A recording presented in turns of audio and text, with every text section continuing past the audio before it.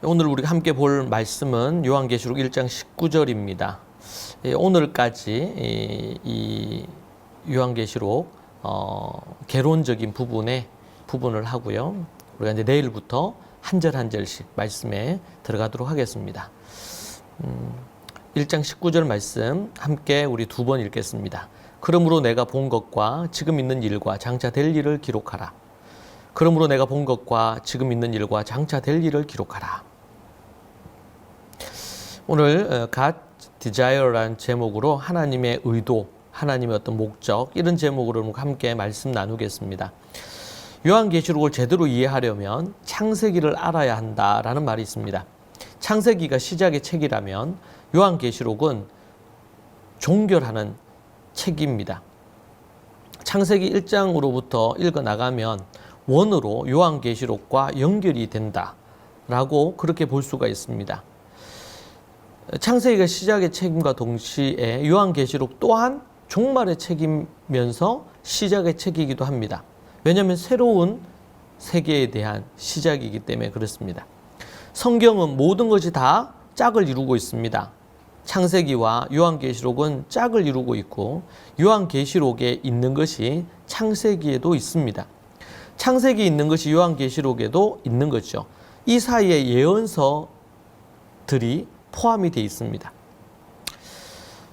요한계시록 제일 마지막은 그냥 끝나지 않고 축도로 끝이 납니다. 축도를 드린다는 것은 예배를 의미하는 것이죠.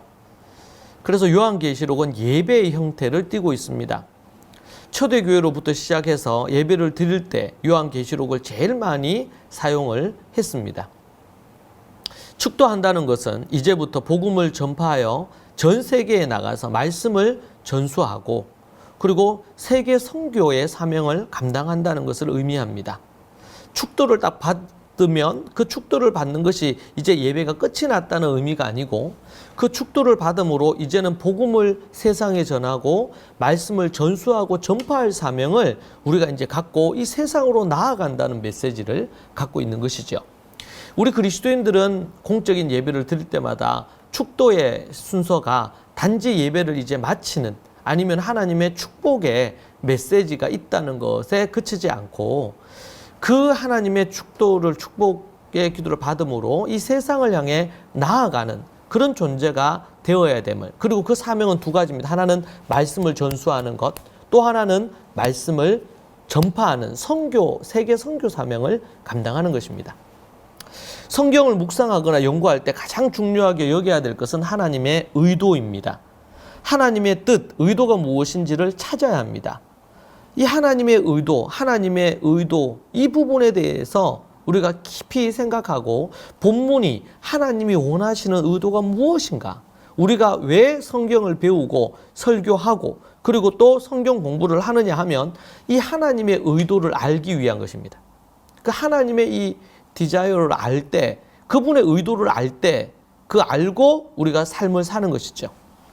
항상 습관적으로 본문을 볼 때마다 자문해야 됩니다. 본문에서 하나님의 의도가 무엇인가? 하나님의 뜻이 무엇인가? 또한 우리 인생의 목적이기도 합니다. 하나님의 원하시는 뜻이 무엇인지 그것을 찾고 실천하는 것이 그리스도인의 삶입니다.